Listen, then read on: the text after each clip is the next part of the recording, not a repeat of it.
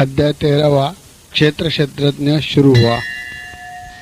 जब कभी कोई व्यक्ति बोलता है तो उसके शारीरिक चेष्टाएं और हाव भाव भी समझने वालों को उसकी ओर देखते हुए ध्यान करना चाहिए। कृष्ण कह रहे हैं कि हे कौन्ते, यही देह कहा है क्षेत्र नाम से। पिंड से लेकर ब्रह्मांड तक जो कुछ भी दिख रहा है, ये पिंड ब्रह्मांड में विराट देह यही क्षेत्र है।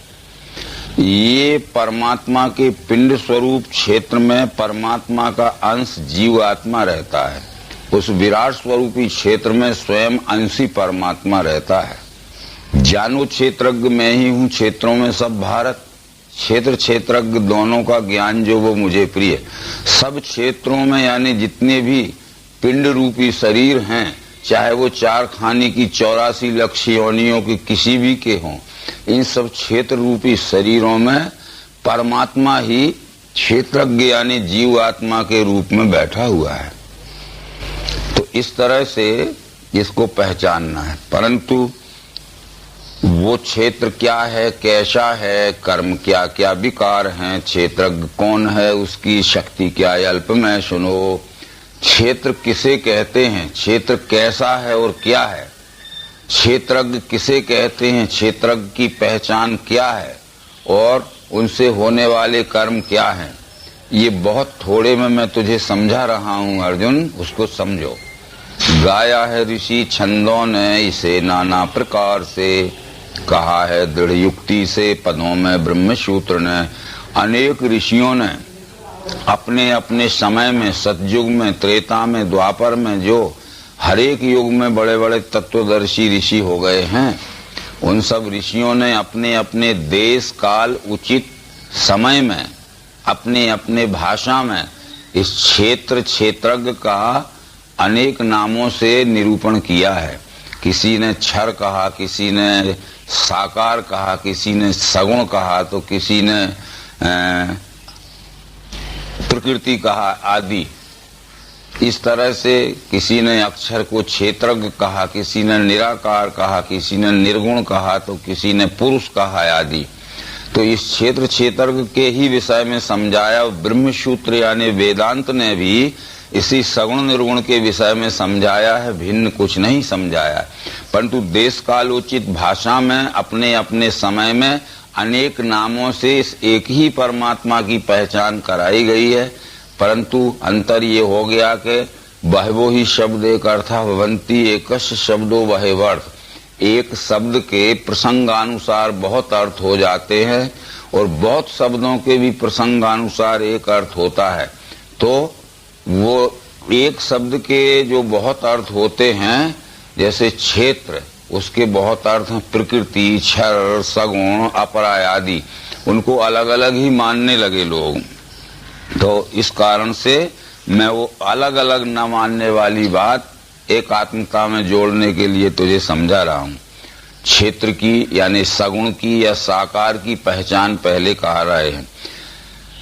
पंचभूत अहंकार बुद्धि चित्त 10 इंद्रियां, मनोरेंद्रियों के 5 विषय भी गिनो। इच्छा द्वेष शौक पीड़ा दे चैतन्य धैर्य, ये अल्प में क्षेत्र और तिसके विकार समझा दिए। पंचभूत यानी पृथ्वी जल अग्नि वायु आकाश, अहंकार 6, बुद्धि 7, चित्त 8 और उसमें 10 इंद्रियां और जोड़ी तो 18 और मन 19वां और इंद्रियों के 5 विषय, शब्द स्पर्श रूप रस गंध, ये सबका मीजान यानी टोटल 24 होता है। 24 अंगों का बना हुआ परमात्मा का, जीवात्मा का रहने का यह पिंड स्वरूप शरीर ही क्षेत्र है और 24 अंगों का ये स्वयं परमात्मा का रहने का ये विश्व विराट रूप ही क्षेत्र है। पिंड ब्रह्मांड की रचना एक सरीखी होने से ये जो पिंड में है वही वही ब्रह्मांड में है। ये सांख्य शास्त्र के सिद्धांत से ये गिनती बताई गई है।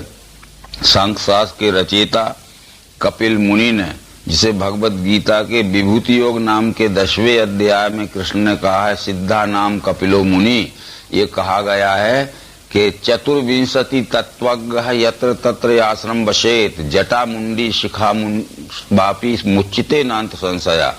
पिंड ब्रह्मांड की रचना के 24 तत्वों का ज्ञान जिस व्यक्ति को भी हो गया है, वो कहीं भी रहे, चाहे वो सड़क के किनारे रहे, झाड़ के नीचे रहे, झोपड़ी में रहे अथवा एयर कंडीशन की बिल्डिंग में रहे, परंतु पिंड ब्रह्मांड की रचना के 24 तत्वों का ज्ञान जिसे हो गया है वो मुक्त पुरुष है। वो जटावापी शिखा मुंडी, यानी सिर घुटावे न घुटावे, कंठी माला तिलक लगावे पहने न पहने, वो मुक्त पुरुष है। इस तरह से ये 24 तत्वों का बना हुआ ये शरीर है, 24 तत्वों का बना हुआ ये ब्रह्मांड है। अंश अंशी भाव से पिंड ब्रह्मांड की रचना एक सी है। इसमें 7 विकार हैं। इच्छा यानी आसक्ति, पूर्ति नहीं हुई इच्छा तो द्वेष यानी बैर। इच्छानुसार वस्तु मिल गई तो सुख होता है, इच्छानुसार वस्तु नहीं मिली तो दुख होता है। संघात, जहाँ ये 24 अंग कट्टे रहते हैं उसमें चेतना रहती है, यानी ज्ञान शक्ति रहती है, समझने की शक्ति रहती है, धीरती उसमें धीरज रहता है। ये क्षेत्र की पहचान है।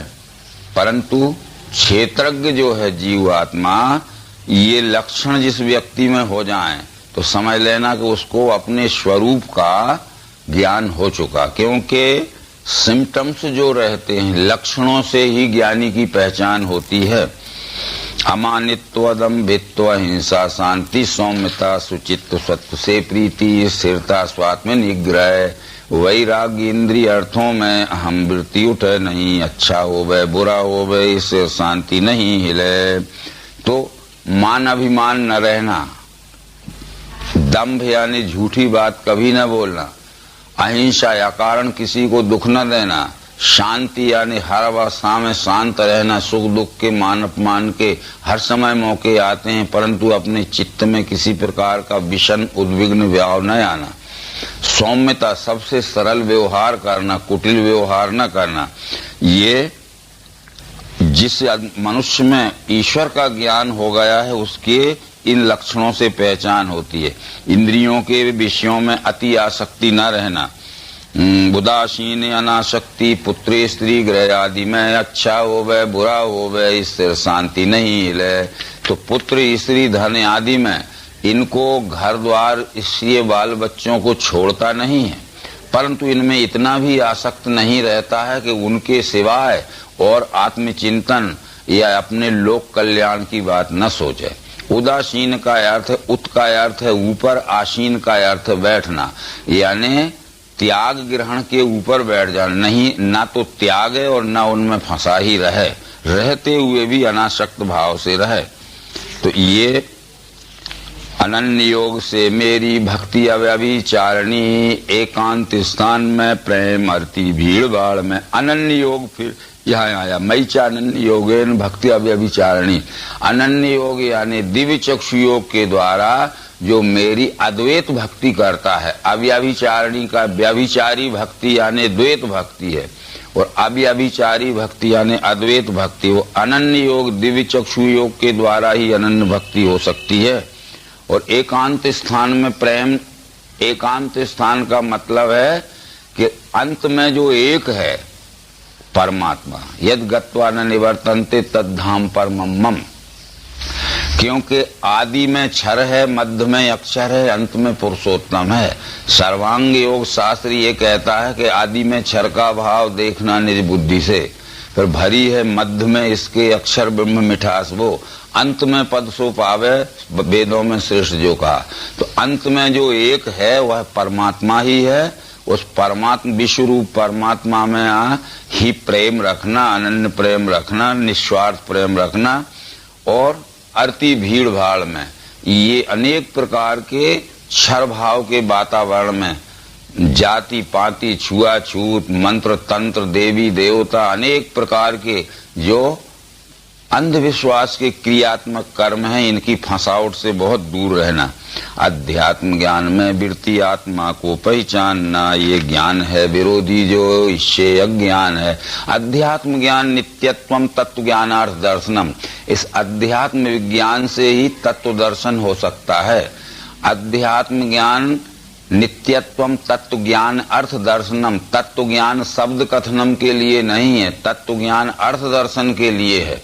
परंतु हम अध्यात्म ज्ञान की बात तो करते हैं बहुत से लोग, परंतु केवल शब्दों में ही उसको निरूपित करते हैं, उसको प्रत्यक्षीकरण में नहीं दिखा पाते। ये लक्षण जिस मनुष्य में दिखे हैं उसको परमात्मा अनुभूति हो गई है, इन लक्षणों से उसकी पहचान होती है। क्योंकि बहुत सी बातें ऐसी हैं जो लक्षणों से पहचानी जाती हैं, इंद्रियों आदि से नहीं दिखती। अब गे बताता हूँ जिसके मुक्ति ज्ञान से, वो अनादि पर ब्रह्म है सतत सत से परे। अब ये क्षेत्र और क्षर, क्षेत्रज्ञ अक्षर, इन दोनों का लय जिस ज्ञेय यानी पुरुषोत्तम में होता है उसकी पहचान कराता हूँ कि वो कहाँ है और कैसा है। वो अनादि है। अनादि इसलिए है कि क्षर अक्षर दोनों आदि हैं। अनादि परमात्मा से पहले क्षर यानी सगुण, अक्षर यानी निर्गुण की कल्पना हुई है। यदि परमात्मा नहीं तो क्षर अक्षर भी नहीं, पर क्षर अक्षर ना भी रहें तो भी परमात्मा रह सकता है। यानी अनादि उसे कहते हैं कि जिसके ऊपर कल्पनाएं की जाएं तो वो अनादि है। वो कैसा है कि उसे सर्वत्र है, हाथ पैर मुंह शीश नेत्र हैं, सर्वत्र कान हैं, उसको सबों में व्याप्त है वही। उसे सर्वत्र हैं, हाथ पैर मुंह शीश नेत्र हैं, सर्वत्र कान हैं साकार दृष्टि से, सबों में व्याप्त है निराकार दृष्टि से, वही यानी विश्वरूप परमात्मा। इंद्रिय गुणों का साक्षी नहीं है, इंद्रियां जिसे सर्वाधार नहीं, बीद है भोगता है गुण निर्गुणी, भीतर बाहर भूतों के हिलता है स्थिर है वही, सूक्ष्मत्व से नहीं दिखे दूर है और पास है। भीतर भी है वह निराकार दृष्टि से, बाहर है वह साकार दृष्टि से, हिलता है साकार दृष्टि से, स्थिर है निराकार दृष्टि से, वही यानी ज्ञेय स्वरूप परमात्मा। पर सूक्ष्मत्व से नहीं दिखे दूर है और उपास है। सूक्ष्मत्व शब्द यह कारण स्वरूप शब्द है। स्थूल सूक्ष्म और सूक्ष्मत्व, तो स्थूल है क्षर, सूक्ष्म है अक्षर, पर सूक्ष्मत्व यानी कारण स्वरूप है परमात्मा। जैसे मैंने इस रुमाल को या इस कपड़े को देखा तो अवश्य इसमें तीन भाव दिखेंगे। स्थूल रूप से यह कपड़ा है, सूक्ष्म रूप से यह सूत है और कारण रूप से यह कपास है। पर जब हम पूछा जाएगा कि क्या है तो सब लोग कहेंगे कपड़ा है। परंतु कपड़ा काय का बना है तो कहेंगे सूत का बना है। सूत किस चीज का बना है तो कपास का बना है।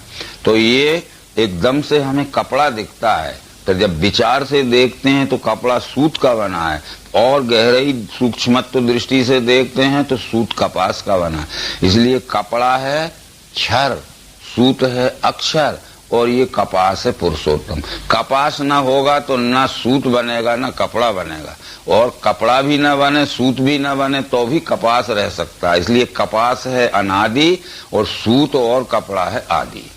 अनादि मत परम ब्रह्म। तो भीतर बाहर भूतों के नहीं है, भिन्न भूतों से दिखता भिन्न भिन्न है। वो ज्ञेय भूत भरता है, लय उत्पत्ति को करे। वो संपूर्ण चराचर सृष्टि से भिन्न नहीं है, अभिन्न है, पर हमारी अज्ञान दृष्टि से, हमारी अविवेक दृष्टि से हमें अलग अलग दिखता है। आज ही सवेरे हमने पूछा था, यदि पूछा जाए कि हम सब लोग कहाँ हैं वर्तमान में, तो ये कहा जा सकता है कि हम पाटिल जी के ये धनंजय बंगले में हैं।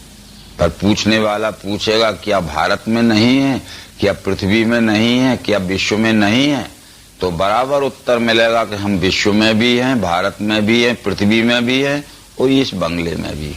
बतलाइए हम सब लोग वर्तमान में कहाँ हैं?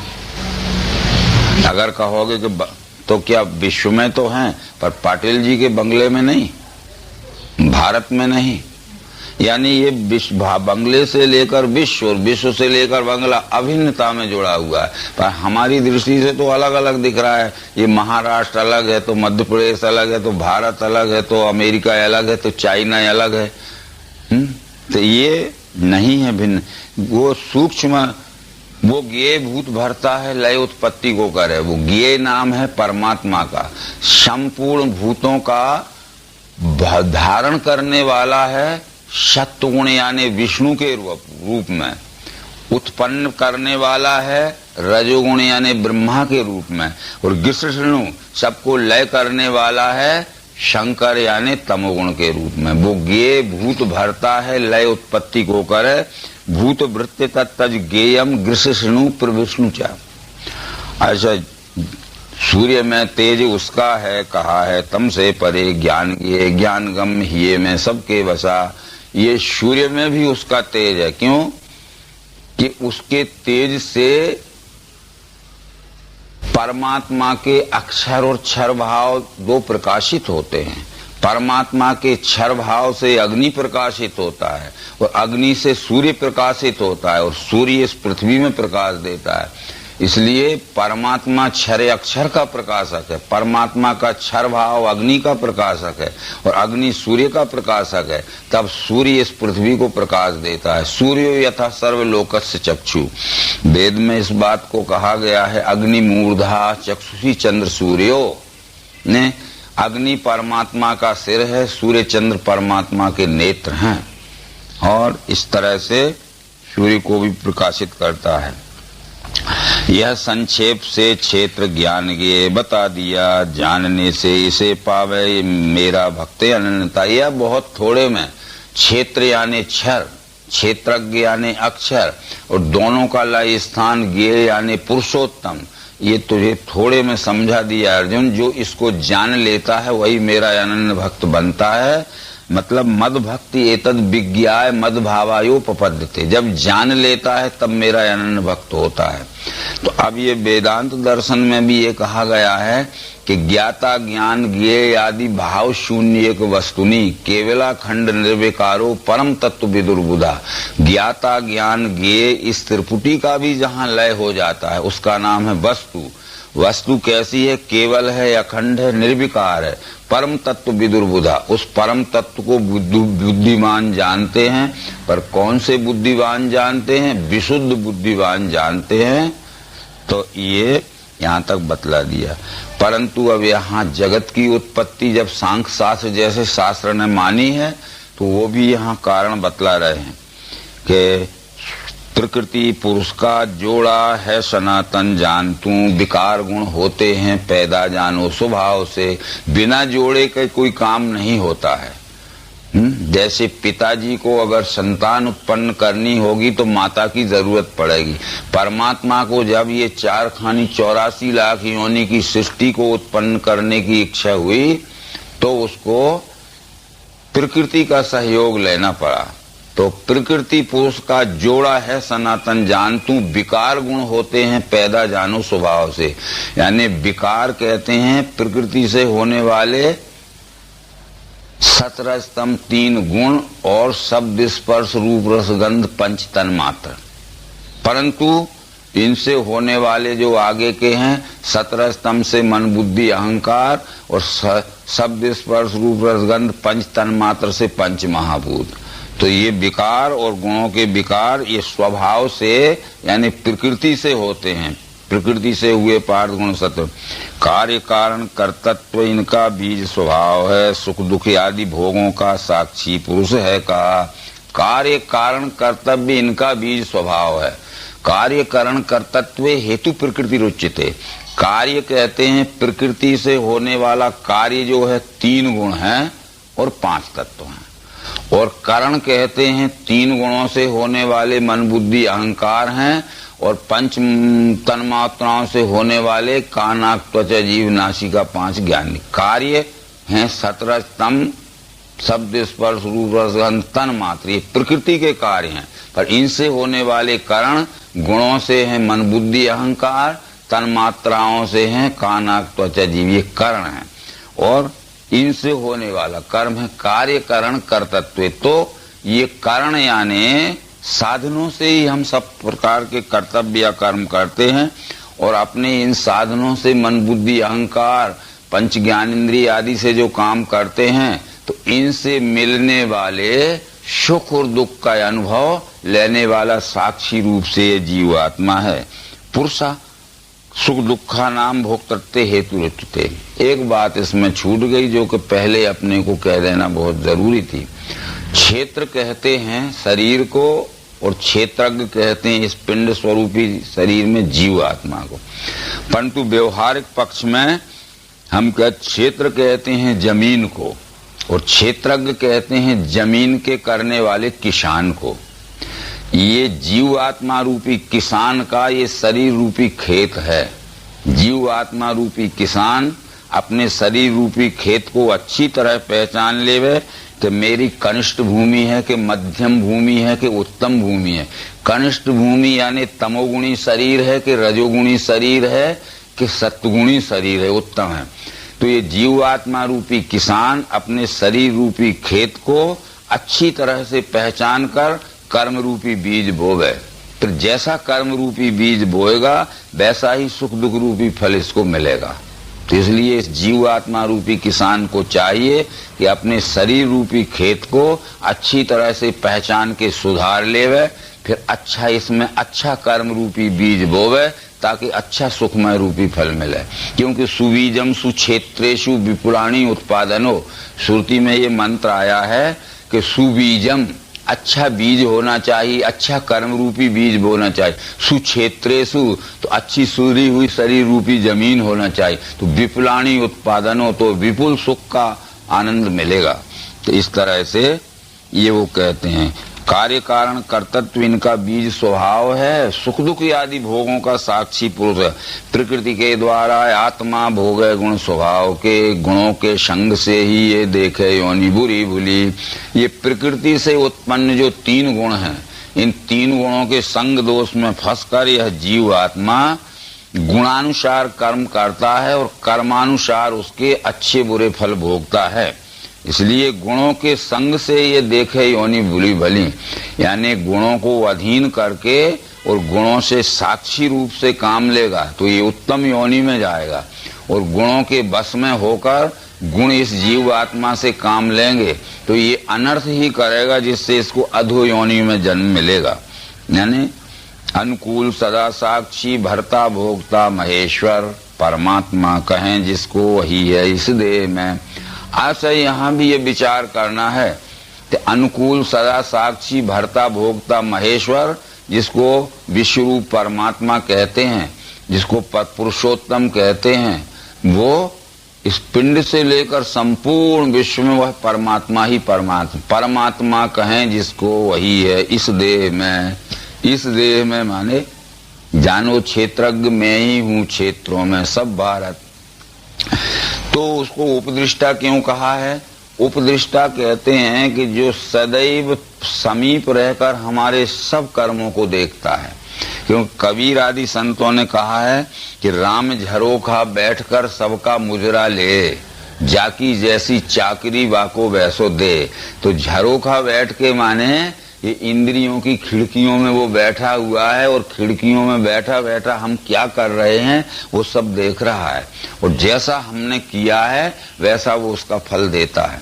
उपदृष्टा कहने का मतलब ये था कि बहुत से प्रमाण, जैसे शकुंतला नाम की एक कण्व ऋषि के आश्रम पर पाली हुई मेनका वैश्या की पुत्री थी।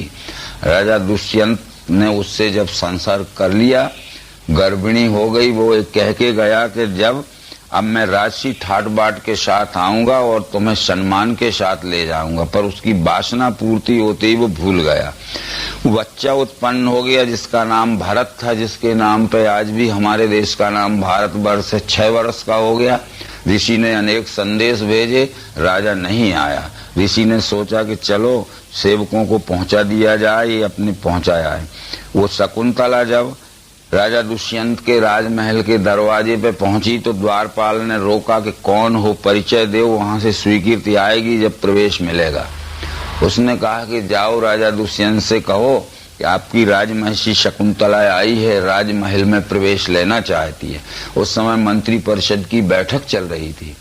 राजा दुष्यंत ने कहा कौन से भिखमंगे की लड़की है और क्या अनशन भक्ति है, जाओ उससे कहो कि जल्दी दरवाजे से हट जाए, नहीं तो कोड़े मार के चमड़ा छील दिया जाएगा। वो तो समझ रही थी कि मुझे प्रवेश मिलने वाला है। द्वारपाल ने कहा कि जल्दी भागो, नहीं तो तुम्हें दुर्दशा होने वाली। उसने कहा मैं किसी भी कीमत पे यहाँ नहीं रहूंगी, दूसरा संदेश ले जाओ कि मुझे एक क्षण भी अपने सामने आने का मौका दे और नहीं तो मैं खुद ही आत्महत्या कर लूंगी, जिसका सारा पाप राजा को लगेगा। मंत्रियों ने कहा कि बुला तो लीजिए, क्या कह रही, नहीं तो आत्महत्या का बड़ा पाप होगा। बुलाया, उसने कहा कि आप अपने बच्चे को संभालिए, मैं किसी भी कीमत पे नहीं रहना चाहती। तो राजा दुष्यंत ने कहा कि गवाह लाओ, ये झूठी बात कहती हो, मेरा कैसा लड़का है, इसका गवाह लाओ। तो उसने कहा कि मेरे गवाह का नाम नारायण है, तुम अपने हृदय पे हाथ रख के उस नारायण से पूछ लो कि तुम्हारा है कि नहीं, दुनिया के गवाह में कहां से लाऊं। तो राजा अबाक रह गया, चुप रह गया। जब निरुत्तर हो गया तो मंत्रिपरिषद के लोगों ने कहा कि अब तुम्हारा तो है, क्योंकि निरुत्तर हो गए हो तुम। आकाशवाणी हुई का मतलब वाणी आकाश का गुण है, और मंत्रियों ने वाणी से कह दिया कि जब तुम उत्तर ही नहीं दे रहे हो, निरुत्तर हो गए, तो दरअसल में ये तुम्हारा ही है। इसलिए ये उपदृष्टा है परमात्मा, हमेशा उससे कोई बात छुप नहीं सकती। प्रकृति के द्वारा आत्मा को ध्यान से, कोई हिये में मन से लखें, कोई सांख्य ज्ञान द्वारा, कोई कर्म योग से। जिन्हें ज्ञान नहीं ऐसे औरों से सुन के मुझे भजते हैं, वे भी भक्त मृत्यु के भय से बचें। अनेक प्रकार से उस परमात्मा का ज्ञान करने वाले लोग, कोई अपने ध्यान से बैठते, कमरे में बैठ के ध्यान लगाते हैं, किसका लगाते हैं भगवान जाने, कौन सी सूरज सकल है और कहाँ दिखती होगी, उन्हें गलत बात है। कोई सांख्य योग के द्वारा जानते हैं, वो भी पढ़ते हैं, सुनाते हैं, और कोई अनेक प्रकार के क्रियात्मक कर्मों से जानते हैं, जबकि कृष्ण ने कह दिया कि नहीं वेद से, नहीं यज्ञ दान से, नहीं क्रिया से नहीं। और जिनको ज्ञान नहीं है, ऐसे दूसरे लोगों से भी सुनकर अगर उसको जानने पहचानने का प्रयत्न करते हैं और जान पहचान लेते हैं, तब वो मृत्यु के भय से बचते हैं। जब तक वो जान पहचान नहीं कर पाएंगे, तब तक उनका संशय भ्रम निवारण नहीं होगा, जन्म मृत्यु का बंद नहीं होगा फेरा। तो इस तरह से उसको जानना पहचानना बहुत जरूरी है, क्योंकि यह संक्षेप से क्षेत्र ज्ञान गे लखा दिया, जानने से इसे पावे मेरा भक्त अनन्यता। बस जानने पर मुख्य नौबत आती है। किताब पढ़ने के बाद भी जानना पड़ेगा, भाषण सुनने के बाद भी जान पहचान करना पड़ेगी। जिसके विषय में बोला जाता है, जिसके विषय में सुना जाता है, वो है कहाँ, उसकी जान पहचान हो जाना जरूरी है। जो जो उत्पन्न होता है स्थिर वाचर विश्व में, वो संयोग से होवे क्षेत्रज्ञ और क्षेत्र के। यहाँ से सांख्य शास्त्र के विचार श्री कृष्ण अर्जुन को समझा रहे हैं। ये विश्व ही विश्वरूप परमात्मा है, यह जान पहचान हो जाना हर एक व्यक्ति को बहुत जरूरी है। ये जान पहचान हुए बगैर कोई इस विश्वरूप परमात्मा का अनन्य भक्त नहीं हो सकता। यहाँ से थोड़ा प्रसंग बदलता है। इस संसार में जो भी जड़ और चेतन उत्पन्न होते दिखता है, वो क्षेत्र यानी अष्टधा प्रकृति, क्षेत्रज्ञ यानी परमात्मा का अक्षर रूपी पुरुष, इनके संयोग से होता है। 14वें अध्याय में भी यह बात कृष्ण जी ने बतलाई है कि मेरी योनि महत ब्रह्म, वहां गर्भ मैंने दिया, उससे सब भूतों की होवे उत्पत्ति भारत। सब योनिन में कौनते होवे उत्पन्न मूर्ति जो, उनका स्थान महत ब्रह्म बीजदाता पिता हूं मैं। 4 खानी की 84 लक्ष योनियों में जो भी जड़ चेतन सृष्टि होती है, वो महत ब्रह्म रूपी क्षर प्रकृति रूपी योनि में परमात्मा ने वो जीवात्मा रूपी बीज डाला है, तब ये संपूर्ण चराचर सृष्टि हुई है। इस श्लोक से भी यही कृष्ण जी प्रमाणित कर रहे हैं कि जो उत्पन्न होता है स्थिर वचर विश्व में, वो संयोग से होवे क्षेत्रज्ञ और क्षेत्र के। यहाँ क्षेत्र नाम है परमात्मा के, ये अष्टधा प्रकृति का यानी मूल माया का यानी क्षर का, और क्षेत्रज्ञ नाम है परमात्मा के अक्षर रूपी पुरुष का। इनके संयोग से यह जीव रूपी सृष्टि हुई है। विनाशी सब भूतों में अनाशी एक रूप से स्थित है परमात्मा, ये जो देखे जागता वही। ये विनाशी सब भूतों में अनाशी एक रूप से स्थित है परमात्मा, ये जो देखे जागता वही। यहाँ विनाशी का अर्थ जो है नाश हो जाना नहीं है, विनाशी का अर्थ है विनश जाना, बिखर जाना, फैल जाना या पसर जाना। जैसे एक शक्कर का या गेहूं या चावल का ढेर रहता है, राशि रहती है, जब हम उसे फैला देते हैं तो वो फैलने को विनश जाना, फैल जाना, बिखर जाना कहते हैं। तो ये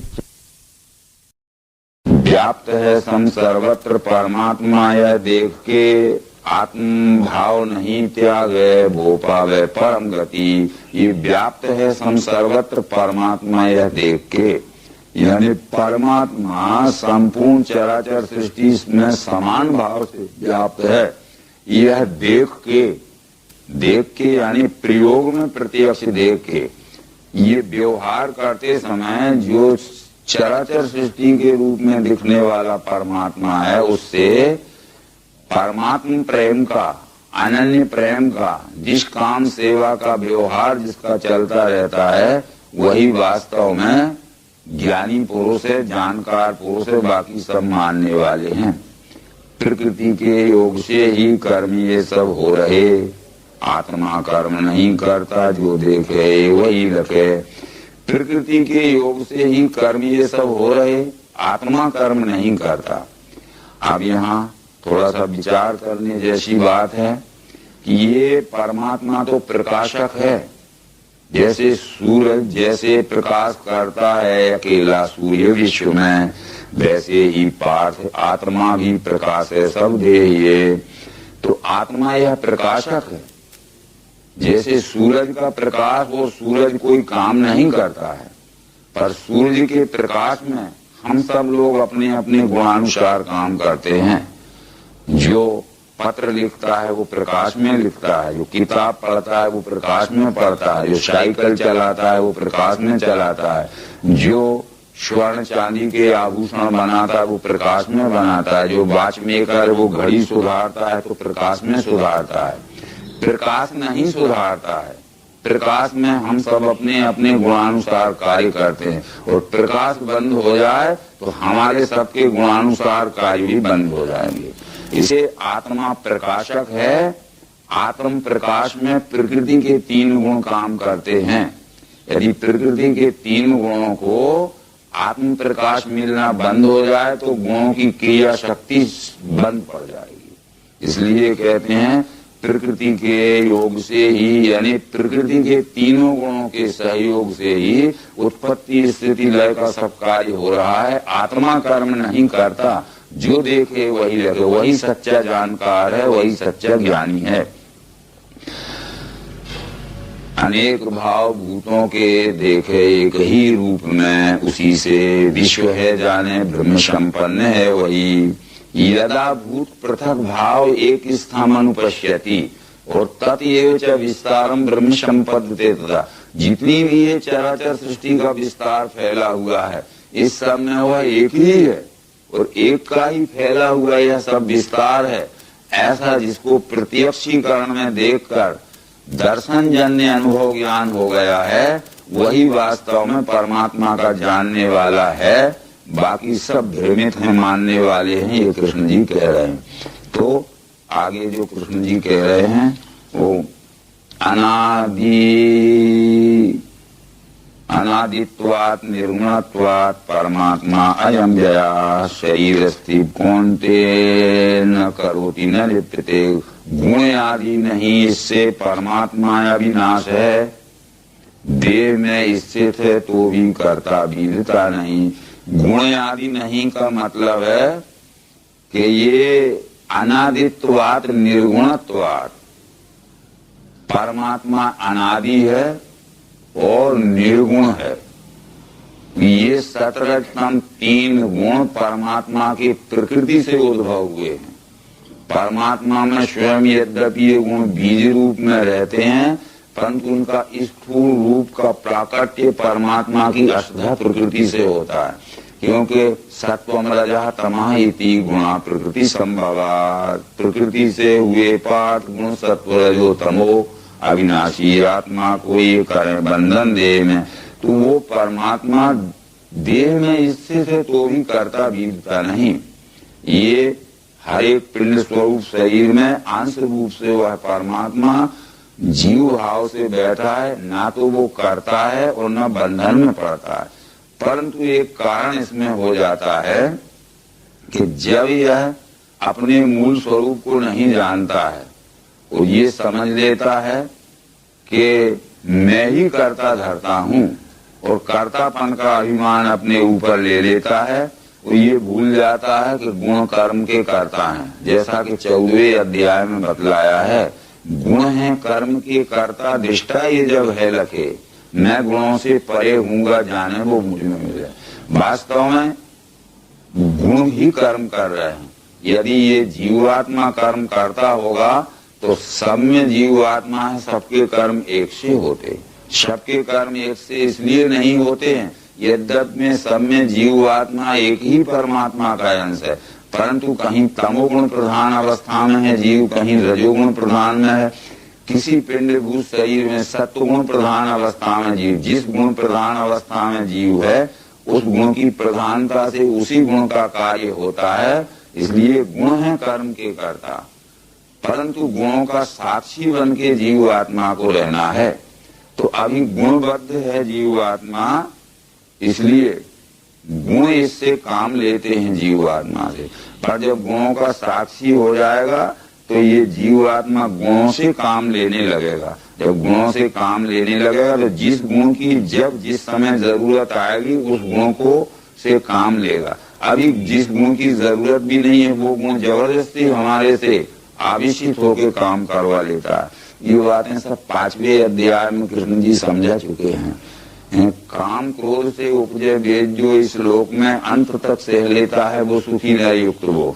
यदि कहते हैं कि काम क्रोध वियुक्ता नाम यति नाम या चेष्टाम, काम क्रोध आदि के जो आवेश आते हैं तो ये जीव आत्मा जब गुणों का साक्षी हो जाता है इन आवेशों को आने नहीं देता है, और जब साक्षी नहीं होता है तो ये काम क्रोध लोभ के आवेश जबरदस्ती जीव पे आ जाते हैं।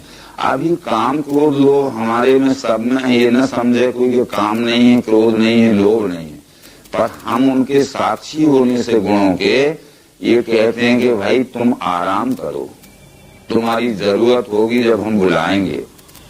जब हमें काम की जरूरत होती है तो हम काम को बुलाते हैं, क्रोध की जरूरत होती तो हम क्रोध को बुलाते हैं, लोभ की जरूरत होती तो लोभ को बुला लेंगे। परंतु हम इनके साक्षी नहीं होते हैं तो बिना बुलाए काम क्रोध लोग हमारे सिर पे बैठ जाते हैं और वो अनर्थ करवा लेते हैं।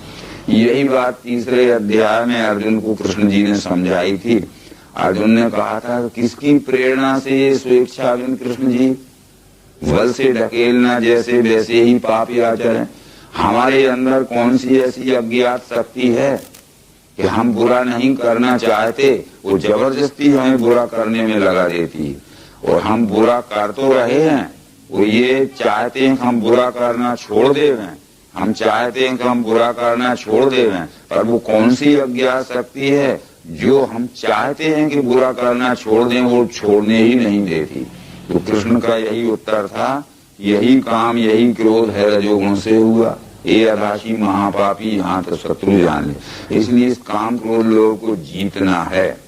अतः रामायण आदि ग्रंथों में ये लिखा है कि तात तीने अति प्रबल खल काम क्रोध लोभ मुनि विज्ञान धाम मन कर निवस में छोड़। भगवद गीता के 17वें अध्याय में लिखा है कि चक्र में डालने वाले नरक के 3 द्वार हैं, काम क्रोध तथा लोभ, तस्मात ये 3 त्यागना।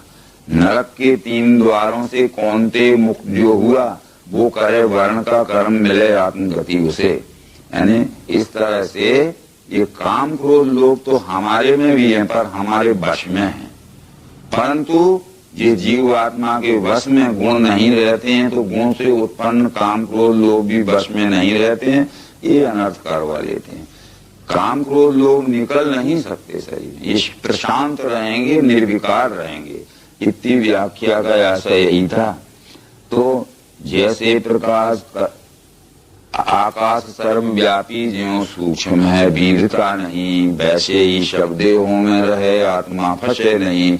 इसका आशय यह है कि आकाश सर्वव्यापी है, सूक्ष्म है, वो किसी भी घटक इकाई में वो बंध के नहीं रह सकता।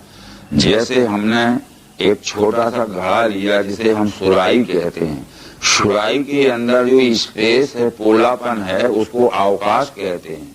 यदि सुराही ये समझ ले कि मैंने अपने अंदर अवकाश को, आकाश को बांध लिया है, तो उसकी ये महत भूल है, क्योंकि सुराही को ये देखना पड़ेगा कि मेरे चारों तरफ भी तो पोलापन है, मेरे अंदर ही पोलापन, मैं खुद ही उस अवकाश में बंधी हुई हूँ, मैंने अपने अंदर। इस तरह से ये जीव आत्मा इस शरीर में बंधा नहीं है, गुणों की रस्सियों से ये बंधा हुआ है, परंतु क्या ये केवल शरीर में, शरीर के बाहर विश्व में भी तो है, भीतर भी वही है, बाहर भी वही। ये बात अभी पूर्व में समझा गया कि भीतर बाहर भूतों के हिलता है, स्थिर है वही, सूक्ष्मत्व से नहीं दिखे, दूर है और पास है।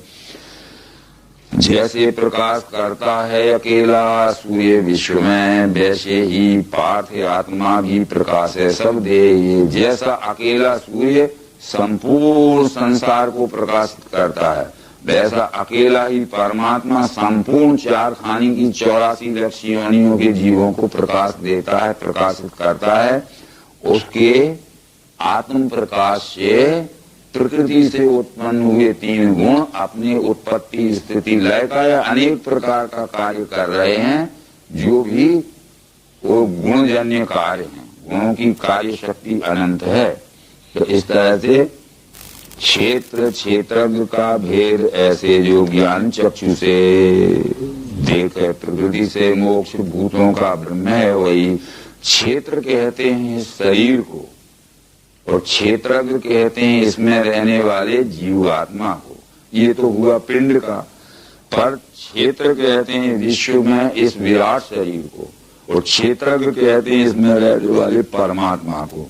तो पिंड ब्रह्मांड की रचना एक शरीर की होने से, जो अभी 13वें अध्याय में प्रारंभ में कह चुके अर्जुन को मैं क्षेत्र की पहचान तुझे बतला रहा हूँ। पंचभूत अहंकार बुद्धि चित्त 10 इंद्रियां, मन और इंद्रियों के 5 विषय भी गिनो, तो ये 24 की गिनती होती है। पंचभूत इस पिंड रूपी शरीर में पृथ्वी जल अग्नि वायु आकाश पंच महाभूत हैं, तो विराट में भी पंच महाभूत। अहंकार इसमें तमोगुणात्मक वृत्ति अहंकार है, तो विश्व में भी सामष्टिक अहंकार है। बुद्धि इसमें सत्वगुणात्मक वृत्ति बुद्धि है, तो विश्व की विराट स्वरूप में भी बुद्धि है। इसमें चित्त का, चैतन्य का प्रतिबिंब चित्त है, तो इस विराट में भी वो चित्त रूप से है, जिसे सच्चित आनंद कहते हैं। पर इस पिंड में भी 5 ज्ञान इंद्रियां 5 कर्म इंद्रियां हैं, तो समष्टि में भी देखो 5 ज्ञान इंद्रियां 5 कर्म इंद्रियां समस्त जीवों में है, परंतु इसमें 19वीं रजोगुणात्मक वृत्ति मन है, तो ये विश्व में भी समष्टि का मन है। और इंद्रियों के 5 विषय हैं, शब्द स्पर्श रूप रस गंध, ये विश्व में भी शब्द स्पर्श हुए। 24 की गिनती का इस पिंड बना हुआ है, तो 24 की गिनती का समुच्चय स्वरूप ब्रह्मांड बना हुआ है। सांख्य शास्त्र के रचयिता कपिल जी कहते हैं कि 24 तत्वज्ञः यत्र तत्र आश्रम बसेत जटा मुंडी शिखा कंठी मुचिते नात्र संशया। पिंड ब्रह्मांड की रचना के 24 तत्वों का ज्ञान जिसको हो गया है, वो कहीं भी रहे, जटा मुंडी शिखा कंठी, वो सिर पे बाल रखे ना रखे, सिर घुटावे ना घुटावे, तिलक माला पहने ना पहने, और चोटी रखे ना रखे, वो मुक्त पुरुष है, इसमें कोई संशय नहीं है। तो ये पिंड ब्रह्मांड की रचना के 24 तत्वों का ज्ञान यही है कि इस पिंड में 24 तत्व हैं, वो अंशी के, इस अंश में 24 अंग आए हैं, अंशी भाव से पिंड ब्रह्मांड की रचना एक शरीर की है। तो क्षेत्र क्षेत्रज्ञ का भेद ऐसे जो ज्ञान चक्षु से, ये दिव्य चक्षु के द्वारा क्षेत्र यानी साकार, क्षेत्रज्ञ यानी निराकार, इन दोनों का जिस ये परमात्मा में है, उस परमात्मा की ज्ञान जिसको हो जाता है, तो वो जीव भाव से छूटकर भूत प्रकृति मोक्षम क्या, भूत प्रकृति मोक्षम का मतलब है जीव भाव से मुक्त होकर ये विदुही यान्ति ते परम, जो जान लेता है ते परम यानी परमात्मा भाव में पहुंच जाता है। तो ये विचार इस 13वें अध्याय में समझाते हुए और ये 13वां क्षेत्र गीहे नाम का 13 अध्याय समाप्त। नर्मदे हर।